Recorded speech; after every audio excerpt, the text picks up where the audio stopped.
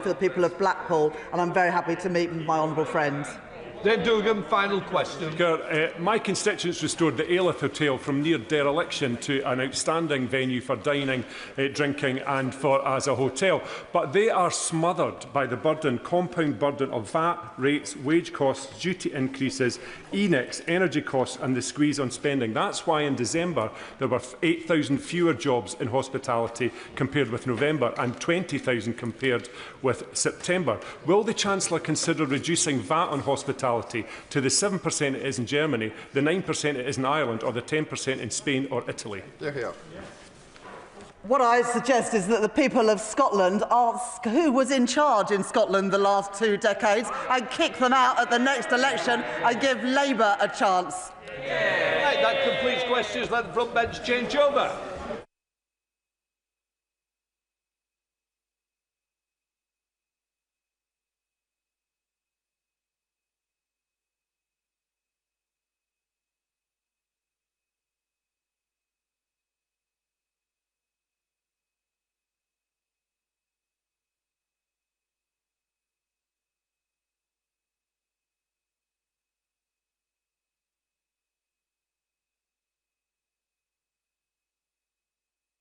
Order. Before we come to the statement on commonhold and leasehold reform, I once again note for the second day in a row my disappointment about briefings to the media before important announcements are brought to the House. As the Public Administration and Constitutional Affairs Committee recently stated, making the most important statements in the first instance to Parliament means doing so before they're made to the media, not at the first available opportunity thereafter.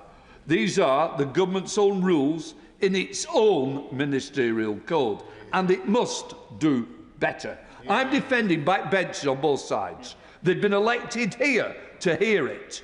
Sky News and BBC is not the way that we do business. If there are issues of market sensitivity, or indeed any other sensitivities, ministers are welcome to seek advice from my office or the clerks on how the best balance of these sensitivities might legitimate or need to update me before the media. We've got to work together on this. The message is clear. I'm not in charge of the code. The Prime Minister is. He needs to take the code more seriously. We come to the statement. Minister Matthew Penny. Thank you, Mr. Speaker. My department always strives to ensure the House is updated at the earliest possible opportunity, and I note and appreciate fully the points you've made and ensure they're passed on to my ministerial colleagues. With your permission, Mr. Speaker, I'd like to make a statement on the government's draft commonhold and leasehold reform bill. We made a clear and unambiguous commitment in our manifesto to act where previous governments had failed and finally bring the feudal leasehold system to an end. We did so on the basis of a firm conviction that it is only by extinguishing fully the historical iniquities on which the present leasehold system rests that we can ensure that the dream of home ownership is made real for millions of households across the country. Today, the government has published and laid the commonhold and leasehold reform bill in draft for pre-legislative scrutiny by the Housing, Communities and Local Government Select Committee. This ambitious piece of legislation will modernise property law, deliver a fair and efficient modern housing market, and most importantly, Mr. Speaker, transform the experience of home ownership for millions of leaseholders across the country. The draft bill includes the following key provisions: a new legal framework for commonhold to reform and reinvigorate this radical improvement on leasehold ownership, a statutory restriction on new leasehold flats to ensure that in future commonhold is the default tenure, a new process for converting to commonhold from leasehold to make conversion easier so more homeowners can enjoy this improved form of ownership, the abolition of leasehold forfeiture and its replacement with a fairer system of lease enforcement, the repeal of draconian powers relating to rent charges on freehold estates, and the capping of ground rent for older leases at £250 per year, changing to a peppercorn after 40 years.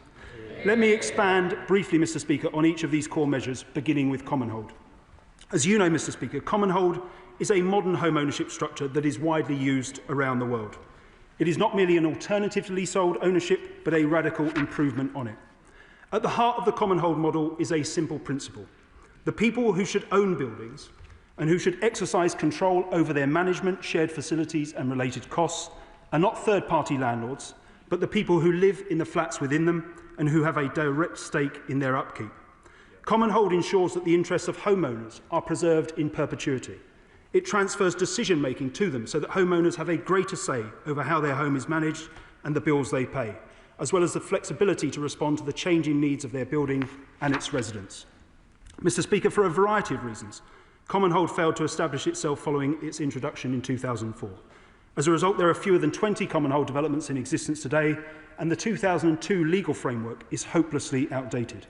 The provisions in the draft bill build on the publication of our Commonhold white paper in March last year, which confirmed the detail of our Commonhold reform programme and responded to the Law Commission's thorough and expert review of Commonhold law. The result is legislation that will reinvigorate Commonhold through the introduction of a comprehensive new legal framework that will enable Commonhold to be used in the widest possible range of settings.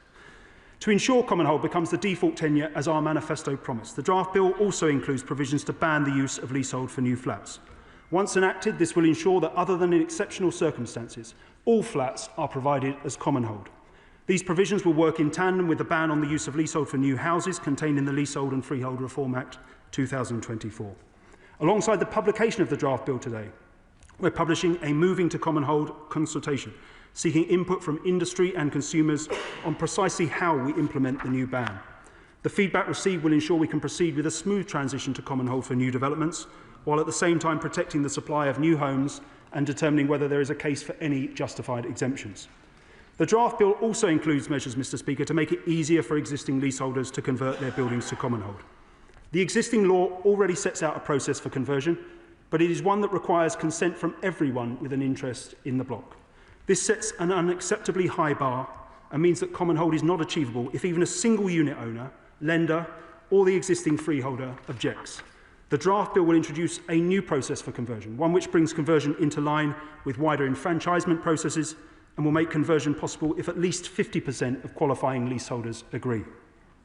Mr. Speaker, while the previous government's Leasehold and Freehold Reform Act does provide leaseholders with important rights and protections, on these benches we have always maintained that it was a distinctly unambitious piece of legislation that left untouched serious problems, including the disproportionate and draconian threat of forfeiture as a means of ensuring compliance with a lease agreement.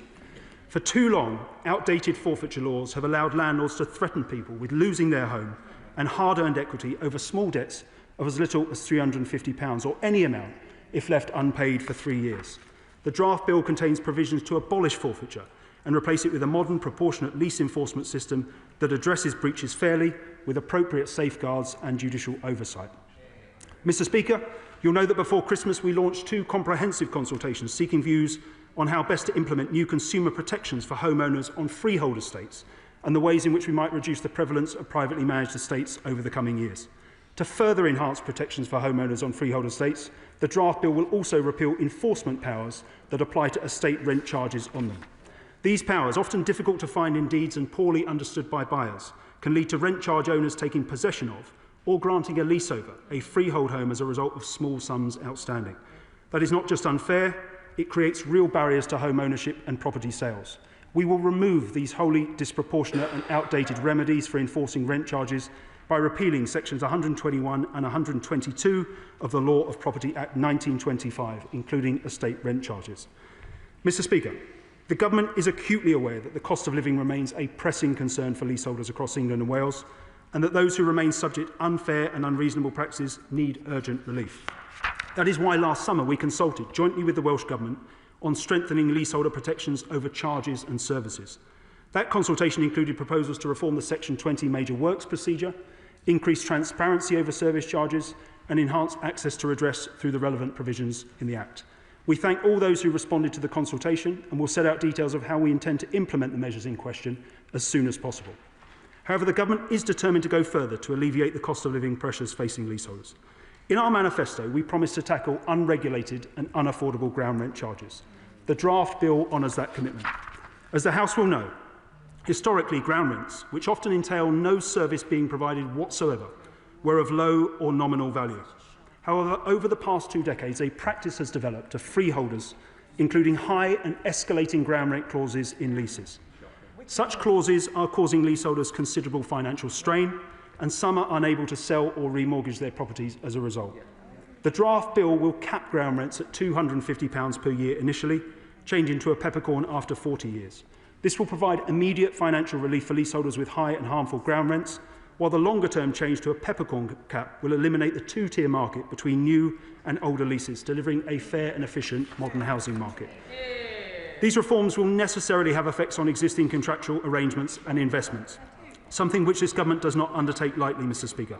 However, the government has a clear mandate to tackle unregulated and unaffordable ground rent charges, and our approach has been designed to strike a fair balance between the interests of leaseholders, freeholders and investors, maintaining the reputation of the UK as a safe place to invest.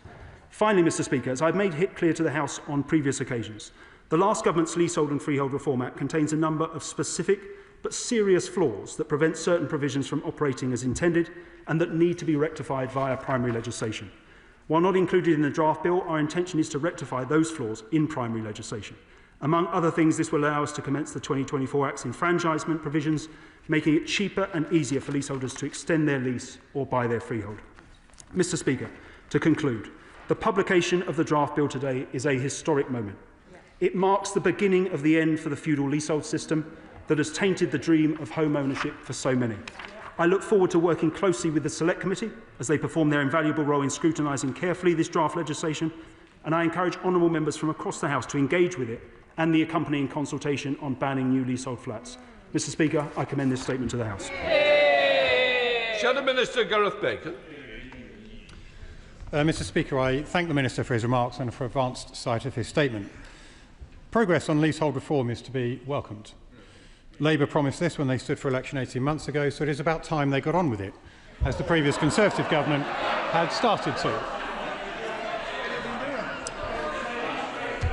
Mr. Speaker, the previous Conservative government began the process of fundamental reform to the existing system of leaseholds by making it easier to extend a lease or to buy a freehold, increasing the standard lease extension term to 990 years, and giving leaseholders greater transparency over their service charges. His Majesty's opposition remain committed to giving leaseholders a fair deal, want householders to have security for the future, and will continue to hold the government to account on this.